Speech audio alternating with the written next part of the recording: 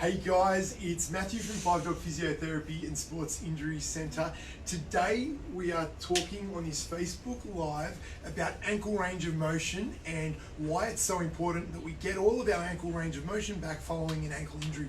I'm joined by Brandon and Andrew, a couple of our superstar physios. If you are watching, please press like or even smash that love button below so we know that you're there. Comment below or just type in hey so that we know that you're there too. Now, ankle range of motion is really important when we sprain our ankle. So we've done some previous Facebook Lives on what happens when you do injure your ankle.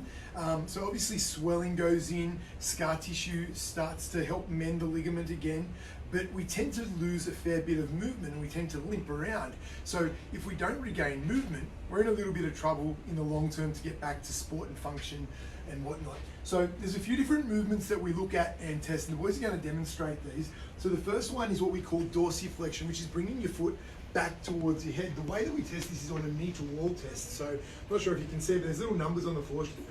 Show us how you do it, mate. So you pop your toe, you line your toe up with one of the numbers, keeping the heel on the ground, just bringing your knee towards the wall. And you'll know that you've reached your limit on tightness when your knee touches the wall, but your heel comes up at the back. Yeah. So we'll tend to compare this left to right. Really important. The other movements that we do are plantar flexion. So just show us that one, Andrew. So pointing your toes backwards that way. Inversion, so pointing your toes inwards, and eversion, so pointing your toes outwards. So we might start with why plantar flexion is so important. So give us a demonstration of why plantar flexion is so important, mate. So getting right up onto your toes is plantar flexion. Now, if you don't have full plantar flexion, then you actually can't activate your calf muscle well enough. Now, this is going to affect the way that you walk, the way that you run, the way that you jump. Now, we know 6 times your body weight goes through that leg.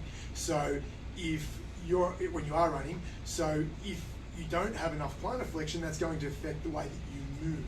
Now, dorsiflexion is, we'll go with inversion and eversion. Really important, I guess, if you're walking down the footpath or on uneven ground and uneven terrain. If you don't have enough inversion or eversion, well, the rest of your kinetic chain's going to cop it. You'll end up hurting your knee or your back or something like that. So really important that we restore inversion and eversion as well. Gives you a lot of that ability to have, I guess, dynamic stability when you're on a footy field, have that agility. Dorsiflexion is also really important, I guess. If we don't have great dorsiflexion, well, and this is really common. So we see this when people come in with an acute sprain. They tend to have very limited dorsiflexion and they'll tend to walk with their foot externally rotated. Now, that in itself can lead to a whole bunch of issues, lead to further foot and ankle problems, knee issues and back issues and hip issues as well. But one of the big things, if Andrew was to demonstrate a squat, and he was to go forward, now if he doesn't have enough dorsiflexion, well, he can't get down into a squat position, so it's going to make him offset when he does that kind of a movement. Now that's pretty functional when you're playing sport, also in the gym and with lifelong things. I know that when I'm getting down trying to bath my kids, I get into that kind of deep squat position, so really important for me functionally as a dad, as well as, I guess, for sport. The other thing is if you don't have enough dorsiflexion, same deal goes, you won't get as much calf length, so you won't be able to get that push off on that power, and so it can sometimes affect people's ability to return to full sport or get back all their speed and participate with great performance.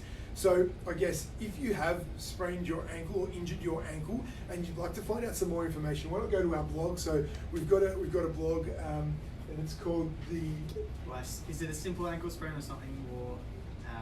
Something more serious. I always forget the name of that one. But please have a read of the blog and they'll give you some more information. If you do need some help following an ankle sprain, really important that you do get it seen to, and we're happy to have a look at it. So give us a call in the clinic on 9713-2455. Alternatively, if you'd like to book online, follow the links and you can certainly do that.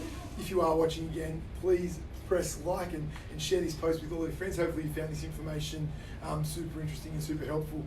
Thanks, Brandon, Andrew and Matt here at 5 Dog Physiotherapy and Sports Injury Centre.